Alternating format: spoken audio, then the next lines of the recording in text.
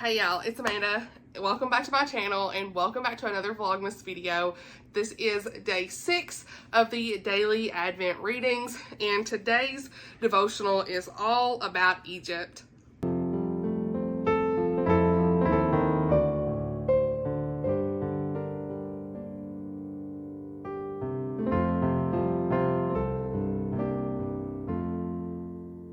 So if this is your first video that you're watching, I have a whole list of Vlogmas content that has started since December the 1st. And first, the way this is set up is we have daily Advent readings, the Advent calendar openings with the hubs, and then the content of the video. There are timestamps below, all the things if you want to skip around. But first, we're going to start each video with Jesus because he's the reason for the season. And today I am reading from Star of Wonder by Angela Hunt. This is a Christmas devotional. It's all about the places of Christmas, the prophecies of Christmas, all that stuff. So really excited to dive into this one because this is all about Egypt. And it starts off by saying, we couldn't tell the complete story of Jesus' birth without mentioning Egypt. Though the children of Israel were once enslaved by that nation, God used Egypt to save the Jews on 3 separate occasions. Known as the Black Land on account of its flood-enriched soil, Egypt was famous for its fertility and wealth. Genesis 12:10 contains the first biblical mention of this ancient kingdom, and it talks about there being a famine in the land. Abram went down to Egypt to live as an outsider there. And then it talks all about Abraham, his wife Sarah, and everything, and all of the stuff going on there with like Egypt and the Pharaoh and all the things there that happened with them.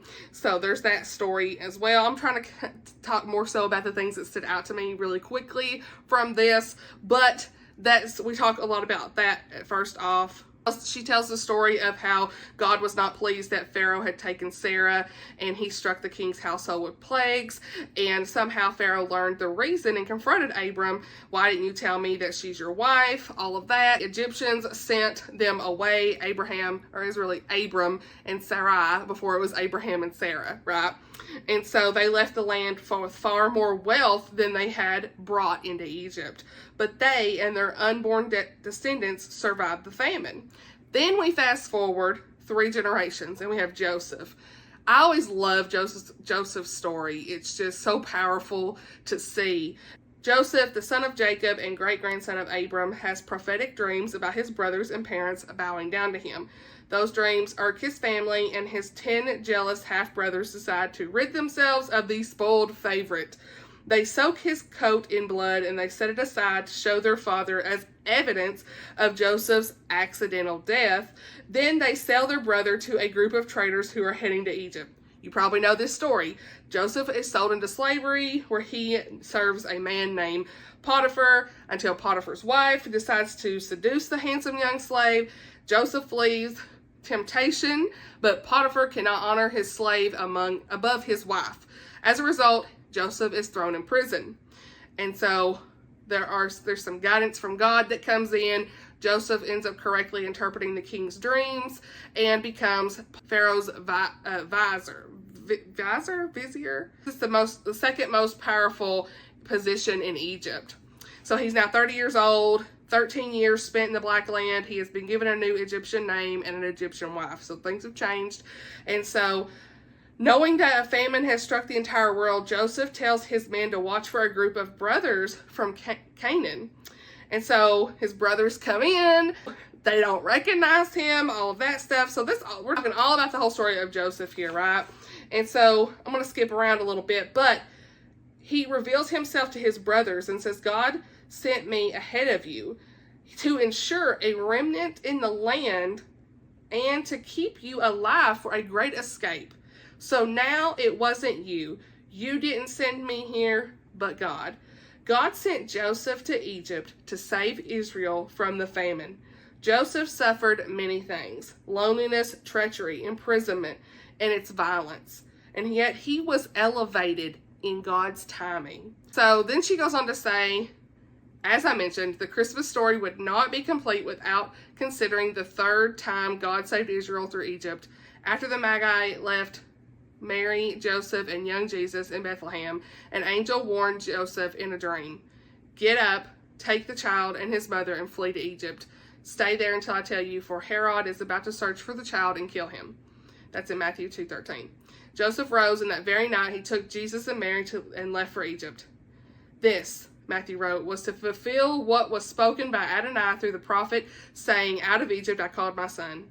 But this time, the migrating Jewish family wouldn't be outsiders. Jews had been moving to Egypt since the time of Babylon exile, with many settling in Alexandria. We do not know how long Jesus and his family lived in Egypt, but we do know that he and his parents were probably surrounded by Jews who worshipped in the synagogues and supported the young family. Even in this, God prepared the land and the people for the one who was to come. I find this so profound that she is looking at just every aspect. Angela Hunt, she is looking at every aspect of the places of Christmas. We're looking at the history, the historical context of the Bible. We're going all the way back to Genesis with Abraham and Sarah, honey. And there's just so much in there that all correlates. And God, he knew what he was doing. I mean, the plan here, everything just truly connects, and there's just so much in the Bible that is so tied together that you can look at. Like, I never would have thought to even think about all of that with Egypt. That story of Joseph is always so powerful for me, and to just then tie back in to Herod and what he was trying to do when Jesus was born, and how they were able to flee, and just out of Egypt I called my son. Like, the Lord knew what he was doing. It was all in his profound time, and he prepared the land. Like, he even thought about the land, like the very land of what was to come, and the people for the one who was to come. So profound. He doesn't miss anything. It's just, I got chills just thinking about it. So that is day 6. Went a little bit longer than I thought. Okay, sorry. I keep going too long, but this is just so profound to me. And so tomorrow we're going to talk all about Nazareth for day 7. And I really like that. So I hope you were blessed by this devotional today. I hope you all are doing well. And let's get on to the Advent calendar openings.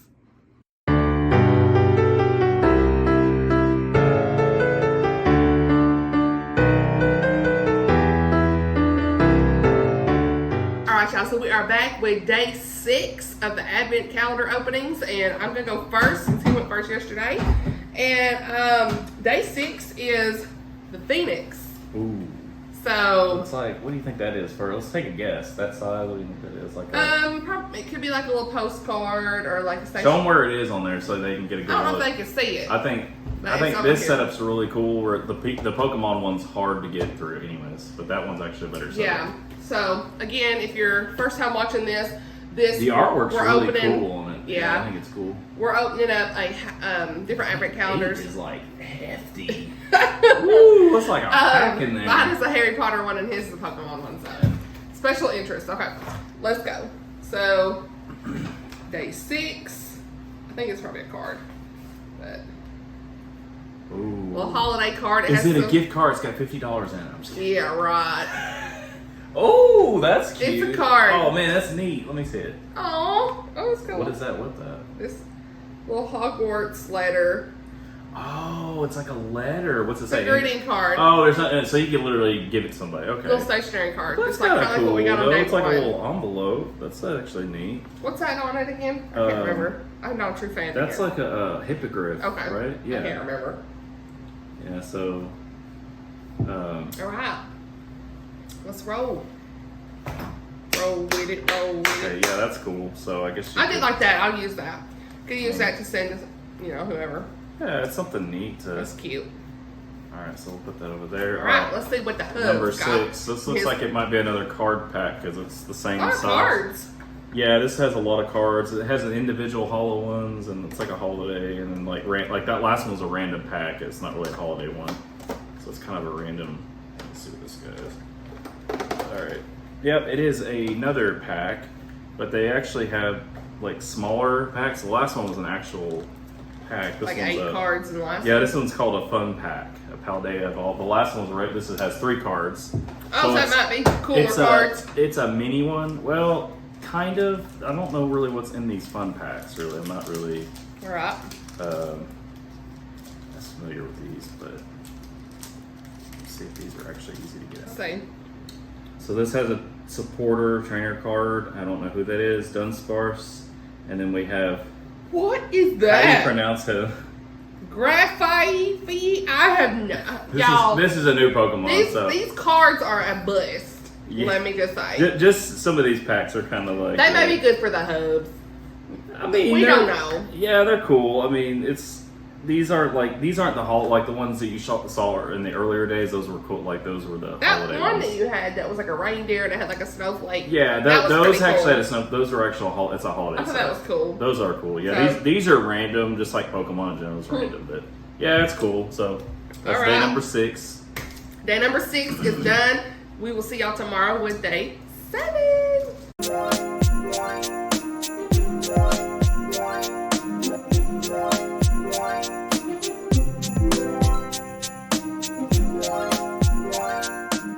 Today we're going to talk about winter book recommendations. So today is another Vlogmas video. I'm filming this in October, pre-filming, but we just trying to get some stuff done in advance. And I think that winter is such a cozy time of year. I love Christmas time. It's definitely one of my favorite times of the year. I don't love the cold. Fall is my favorite season, but it is nice to feel just like the coziness of just like the fireplace and the ambiance, whatever you want to say, from the YouTube videos, and just the cozy reads, and just a good reason to stay inside and read, right?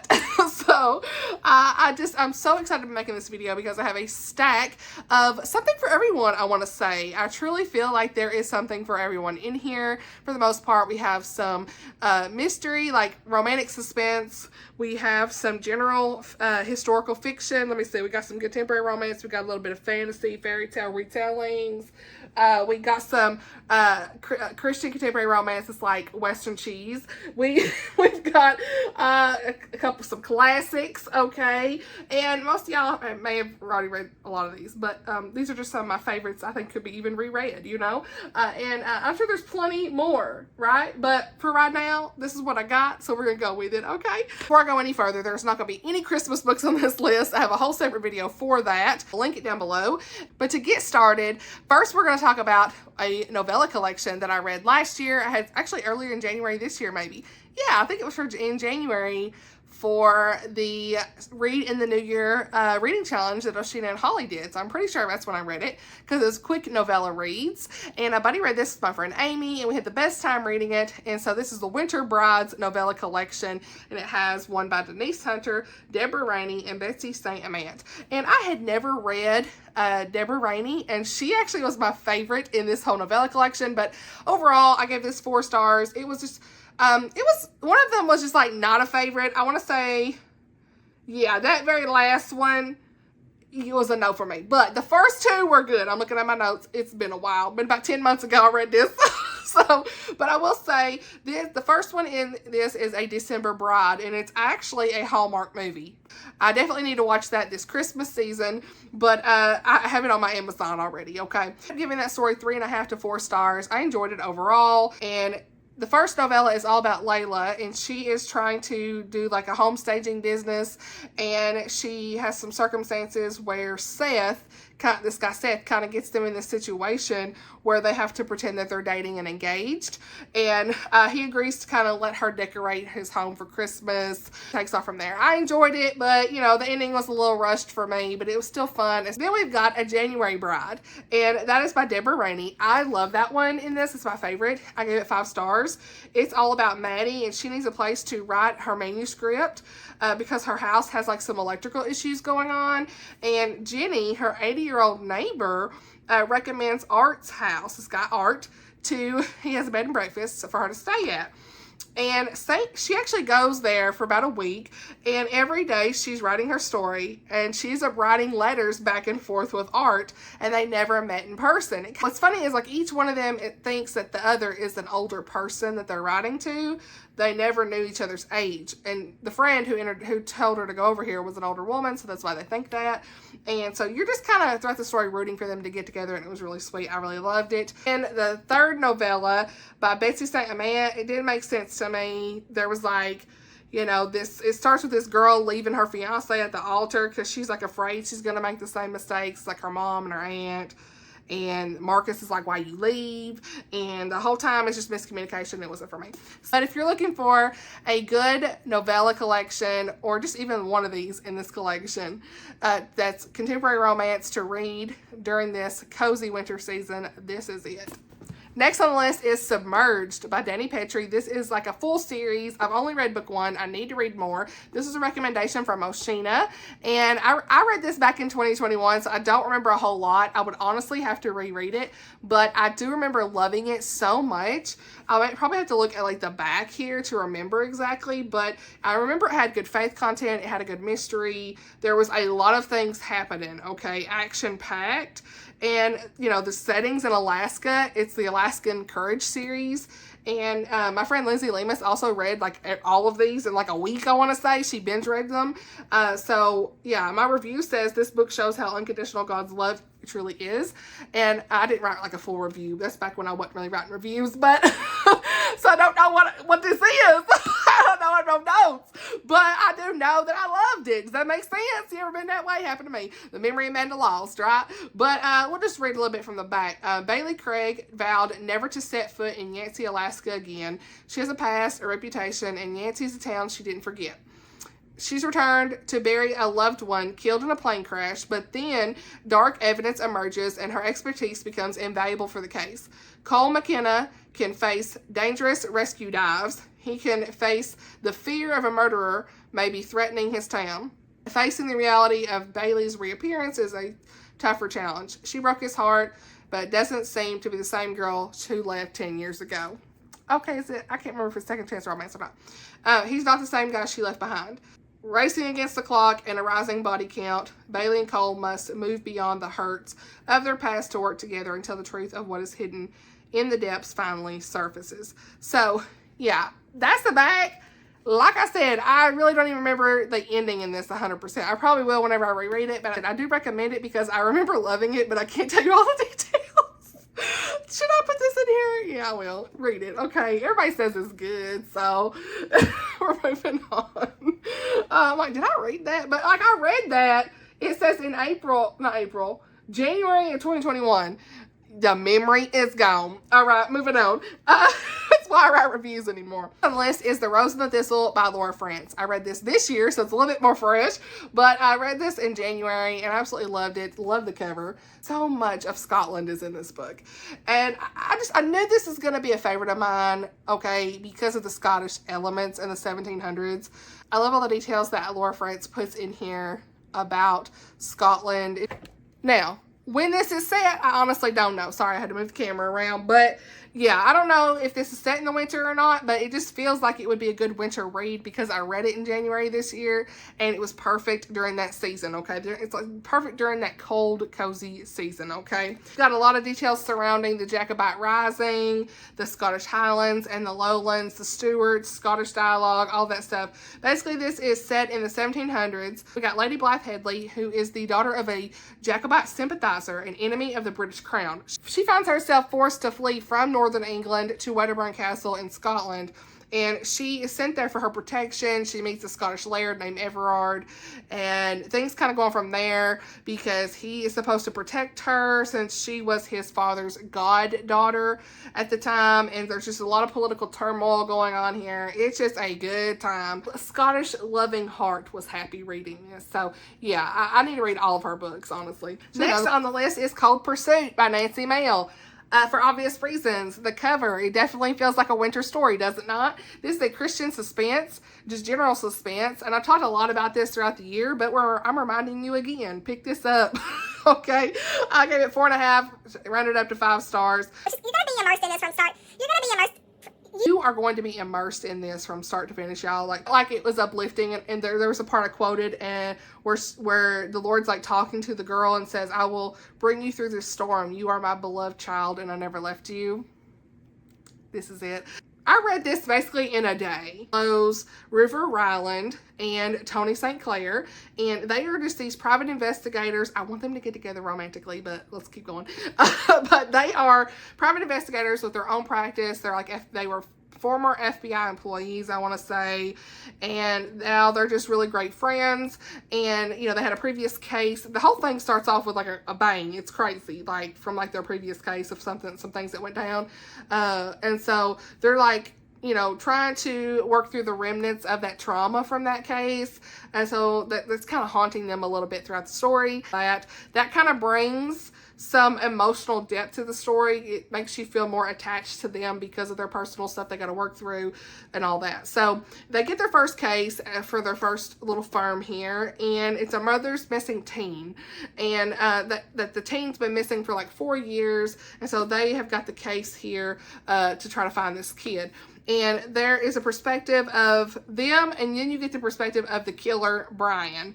And he has schizophrenia, synesthesia, and just a lot of mental health issues where he's not taking his medicines, he's not getting the help he needs. It's just, they've went untreated for far too long. I will say that some parts of his point of view are a little unsettling for me personally, but you know, it definitely does add depth to the story. So I don't know that I'd ever read any of Nancy Mehl's books past 8 p.m. okay, but overall I still really enjoyed them. They have just a lot of emotional depth in the characters. There's good faith elements. It's not overboard, honestly, for me, but going in with a grain of salt. If you're a little bit nervous about the content, going with a grain of salt, knowing that you may have to put it down if it gets to be too much, that kind of stuff. Anybody who likes suspense or thrillers, this is definitely a great winter read for you. Next is a book I haven't talked about in a little bit. I almost put it in my historical rec video, but I feel like it's classified as women's fiction. So like, should this be in my general contemporary books recs? I don't know. Whatever. I'm calling it historical. So, I don't know. I missed putting this somewhere, but so that's why I'm putting it in here, because it's been a while since I've read this, and I want to remind you guys all about By Way of the Moonlight by Elizabeth Musser. Let me just say, I remember loving this so much. If you love horses, this is for you. It's a beautiful faith-filled Christian story, dual timeline. It's just what I would call a generational story of two women, very courageous, and they share their love for horses, family, and just truly what matters most in life here. And so, in this we see Allie Massey, and she's like a physical therapist who has dreamed of making her grandparents I think it's their real estate that they had into like a trauma recovery center that includes equine therapy. And I didn't know anything about that. Equine, however you say that. It's basically a treatment that uses the connection between people and horses to enhance their recovery and like through physical and emotional healing. And I learned a lot about that in this book. The very, very interesting storyline there. And so, but unfortunately, Nana Dale has passed away and her will is being read. And so Allie is shocked when the property has been somehow sold to this developer that she had no idea. And so, she's trying to figure out how can she get this land so that she can, make their dreams come true that they talked about and keep her grandma's legacy alive. Then it's set in Georgia, so I love a good southern setting, right? But there was it was like kind of around modern day in 2020, right before the pandemic, in the late 1930s, early 1940s. Set in World War II timeline, we have Nana Dale and her entire life story from being a young teenager, falling in love with her one true love, Tommy, and I cried, y'all. Their story was so emotional for me, and I loved it. She was just such a feisty woman. Just reminded me like of my mama or something. Like, she was also feisty. This woman had such a love for horses and just unlike anything I'd ever seen before. These dreams she had, it was just beautiful. And so we learned a lot about like the Coast Guard, beach patrol, and the guarding of the coastline. I didn't know anything about that. And it was just very interesting history. So much history in this that was so interesting to learn about. And like I said, I didn't know a lot about horses. Learned a lot about horses. So yeah, I think that a lot of you all will enjoy this. I haven't mentioned it in a while, but this author, Elizabeth Musser, she's what I'm looking out for. I need to go back and kind of read some of her older stuff. This truly showcases the significance of putting our faith in the Lord no matter what happens. And I just, I still think about this book sometimes. It's on my like main shelf up here that you guys have seen sometimes. and I highly recommend it. I'm going to talk about Wishtress very briefly because we have talked all about Wishtress throughout 2023, but Nadine Brandes. I love this year. It was beautiful. I ended up loving everybody's talking about this. That's all I can say. Everybody talked about it. Mirth, her tears grant wishes, and everybody wants a wish. You know, things get crazy. We got a guy, Bastian, who could, he could stop time. And what else? There's talents, all kinds of stuff. It reminds you a little bit of Hunger Games because there's kind of like some stuff that goes on at the end. These trials, in a way, I want to say, wasn't there some trials? I'm pretty sure. If not, I'm wrong, but I'm pretty sure there was a Hunger Games vibe in this. It felt so just on the edge of your seat, especially the last 50% I needed to know. And so, yeah, this is definitely one that I think could be read in the fall, the winter, all that stuff. But hey, I'm throwing it in here. The winter because of the colors, you know what I'm saying, right here. And then here's some fall colors. So we can say anytime, but I'm saying now. So great Christian fantasy. Has some Christian allegory that I love as well. The next books I've talked a lot about as well, and that's going to be the Dericott Tales by Melanie Dickerson. Fairy tale retellings are perfect for the fall. Am I saying the winter? Or the fall too. I forgot to say it in my fall book recs. And I was like, oh yeah. Somebody commented, I think several people commented and said, hey, fairy tale retellings. Yes, girl. So I threw these in. Okay. We've got Cloak of Scarlet, Veil of Winter. Okay, look. Veil of Winter. Yes, this is the ultimate winter one, right? Got it. It was, I don't remember what it was. See, I can't remember these retellings. I think one of them is Sleeping Beauty or something. Yeah, this is Sleeping Beauty, okay? And it's cool because she puts like a good spin on them. Like where they're YA. Sometimes they read like YA. Sometimes they're kind of instant love, but they're always a good time. Just a really good cozy story to read. A good fairy tale retelling. But she puts her own spin on it where there's enough of like the classic fairy tale of Sleeping Beauty, but it's its own story. Then we got Cloak of Scarlet. This was Little Red Riding Hood. Duh, man, it's on the cover. Little Red Riding Hood. Castle of Refuge was Ugly Duckling retelling. This is my favorite so far of the series. The next one actually comes out in January, book 6, and it's in Scotland. You already know. I got it on my Kindle already. I'm here for it. But the cover don't match these. What? I'll put the cover here of it. It doesn't match. Why? But still, it's not a bad cover, but it like the format is different. You know what I'm saying? My marketing brain was like, what are you doing? But anyway, Castle of Refuge, I related a lot to this character. I ended up giving this some 5 stars simply because the girl has a scar on her face. I have a scar on my face. She's having to deal with just all the struggles through getting her scars and trying to just live through it and trauma through that. And I definitely could relate to some of that from my younger years. So, but I love the love story in this too. I really related to her a lot, so I think that's why. And then we got Fortress of Snow. This is kind of like the Snow Queen retelling. So those are all really good, just fun. The audiobooks are good.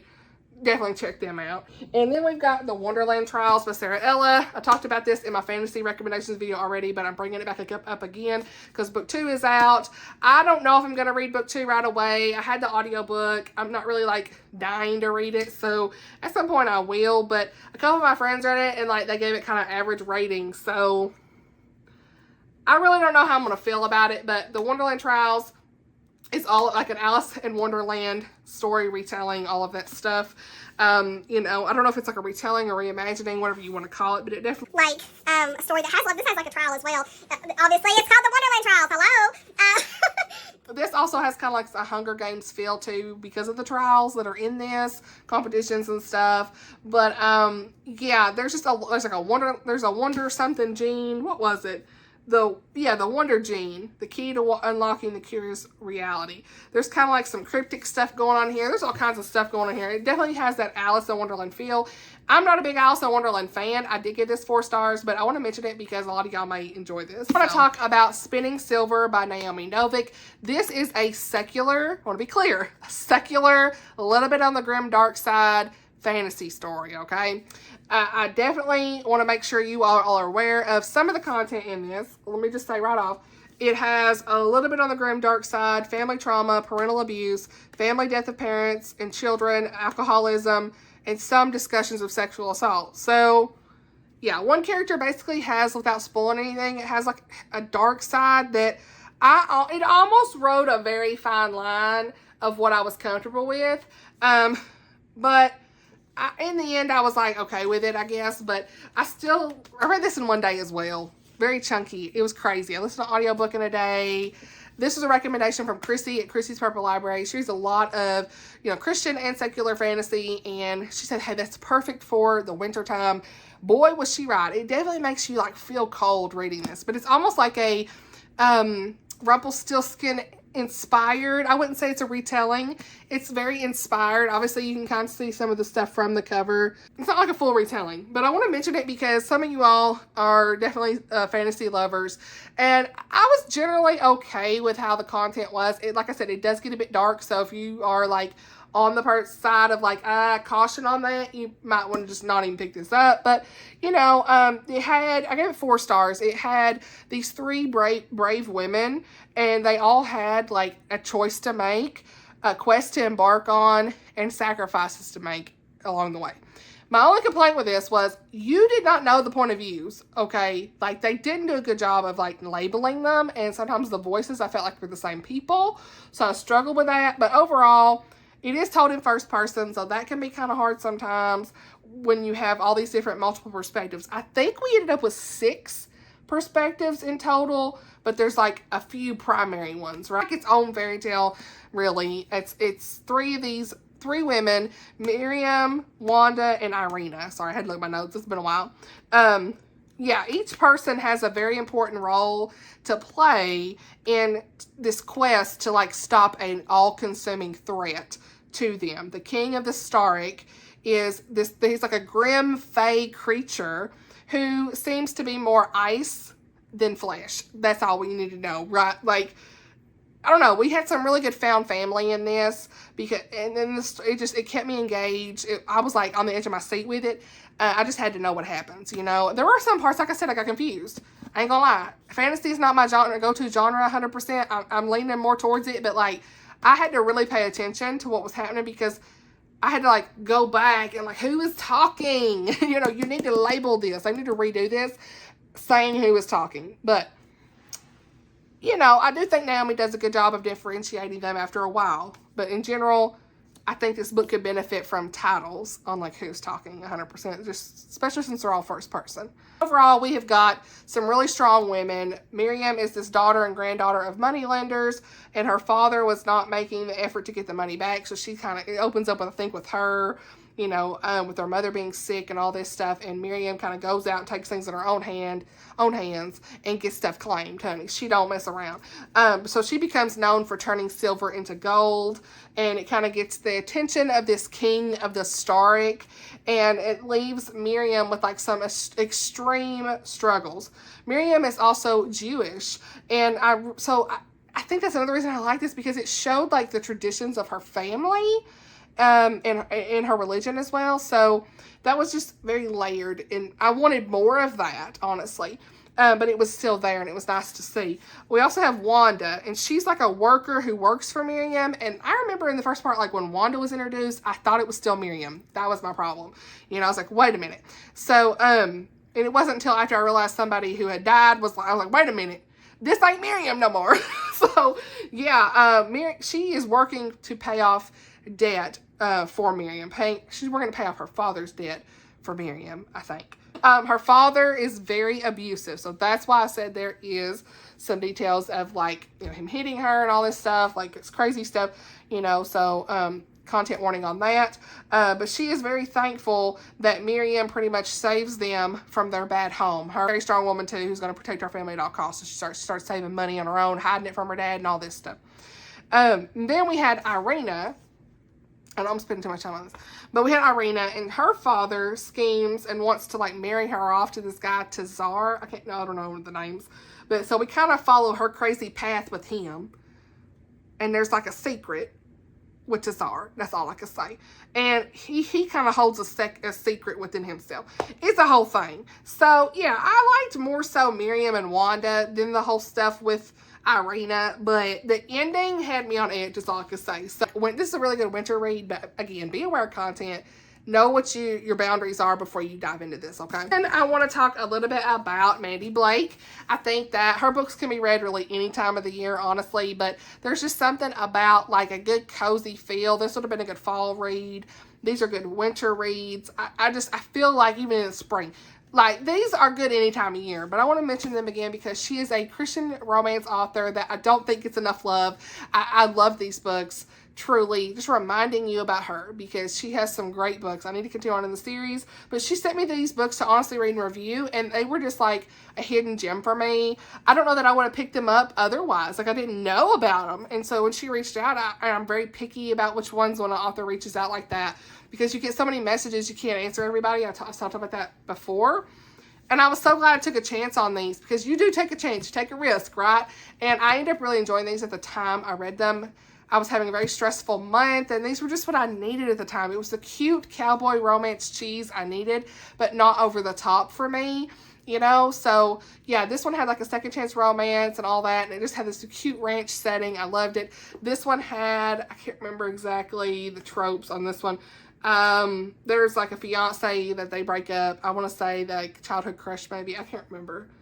Yeah, friends to lovers, definitely. But like there was the element where in both of these, there's an element of like the cowboy's like a protector, and it's a good time, okay? It's so precious. Highly recommend these. Leave the reviews down below for both of these. I have graphics for both. Again, I think if you've not yet read The Hobbit or Lord of the Rings, y'all need to pick it up. This is the time. I'm reminding you to pick it up because I haven't finished Return of the King as of the filming of this video. I'm hoping to this month, but in October, when I'm filming this. I just want to say how much I love Tolkien, Middle-earth. You know, we had the Middle-earth readathon in October, and just so much going on with this world that just feels like a good, cozy, you know, winter, fall read at the same time. So you really could read it any time of the year, but there's something about like the ambience and the feel of Middle-earth and the movies and at Christmas time that's a comfort. Hobbiton, the Shire, all of that, and just the characters and the friendships and the loyalty of the Hobbit and Lord of the Rings that I truly love. And I think that if you are thinking about reading it, pick up the audiobooks if you're not sure about, you know, can I actually physically read this, you know, pick up the audiobooks by Andy Serkis because he's the guy who voiced Gollum. And he does a phenomenal job with the voices. They're on Audible. I know not everybody loves Audible because it's Amazon, but they could be on your library. I want to say one of my friends read them through her library on Libby. Just try to get the narration from him because I know Rob Ingalls did a really great job. I'm not saying that. I listened to The Fellowship the first time with Rob Ingalls. He's a really great narrator too. But something about Andy's narration having like similar voices to the characters from the movie. Wow. Of course, Gollum sounds the same because he's Gollum. But, like, he does a really great Gandalf and the Hobbit voices and the Treebeard. He does a really great job. The orcs even, like, sound just like them. It is crazy. So, yeah, just a reminder about The Hobbit and Lord of the Rings if you're still waiting to read those, okay? And then I want to talk about, finally, Narnia.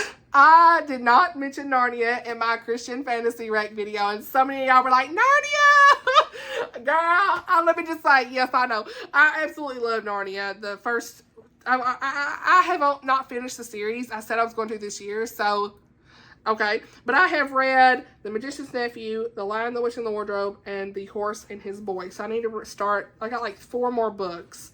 Prince Caspian is next. So they're short audiobooks. Maybe I can read them before the end of the year. I don't know. It's October 20th when I'm filming this, so maybe I can. I said I was going to, so when I make that goals video, your girl needs to be close to being done, honey. Oh my gosh, there's so much dust. Crazy. Anyway, Narnia, just an amazing classic Christian fantasy that you truly see the Christian allegory in the ones I've read so far. Highly recommend. We'd love to see it. I still have not watched the movie. I need to watch it. Let me just say, Aslan, okay, you know. The Christian allegory is top tier. So, editing Amanda here, okay? I forgot one book I want to mention in this video, and that is The Mistletoe Countess by Pepper Basham. This could be a Christmas book rec or a winter book rec. I'm going to say more of like a winter book rec, really, because it could be read at any point during the winter season. I don't feel like it's overtly Christmas, so just want to throw it in here. I completely forgot about it because it's number one, it's not in my Christmas book reads or winter book reads area. Okay, this is like right here on the main shelf, and I just completely forgot to put this in here. So I really want to edit this video to make sure that I include this because this series has been phenomenal. Book 1 is the Mistletoe Countess, and book 2 is the Cairo Curse, and book 3 is the Juliet Code, which comes out December the 1st. Okay, by the time you see this video, it's already out. So yeah, I don't have a copy yet, but I have the ebook I need to read. This book has Grace and Freddie, and they are the best couple. Grace just makes you laugh the whole time. She's my favorite, and I really like how she just stands for the truth no matter what. She stands for what's right, and she is someone that I could just see being best friends with. I remember that. I was like, this could be my friend, honey, because she just reminds me of myself at times. This is set in 1913 in Virginia and England, and Grace ends up taking her sister's place to marry Frederick. Okay, they call him Freddie. But he is supposed to marry like a wealthy bride. It's kind of like this marriage of convenience type thing. And so he has to do that to keep his estate for the family going. And so they're in dire need of funds, and Grace does the selfless act of taking her sister's place due to a little bit of a situation, okay, that comes up from her sister's choices, okay. Goes on from there. Grace and Freddie, they end up really connecting and getting to know each other and just falling in love, and it's the sweetest time. Absolutely loved it. The content in this book is good, and you know, they just were just showing how they were learning how to be married and just to grow and love one another. It was so cute. They're one of my favorite couples of all time. Okay, book 2, they in Egypt, and some mystery stuff's happening, so this is more like mystery based. This does have a little bit of some of that in here, but like for the most part it is a romance for me in this. So yeah, love this. So I want to mention that. Back to the video. That is all of my very lengthy discussions on the winter book recommendations that I have. Let me know some of your favorite books out of this list if you've read any. Let me know your favorite winter book recs. I don't even know what I'm saying at this point, but let's chat below in the comments. I filmed 3 videos back to back, y'all. I'm just saying, sorry if I'm a little bit out of it, but I'm losing my voice a little bit too. So yeah, let's chat below in the comments as always. I hope you're enjoying all these Vlogmas videos whenever you're watching them. Thank you all for watching, and I'll see y'all in my next video. Bye, y'all.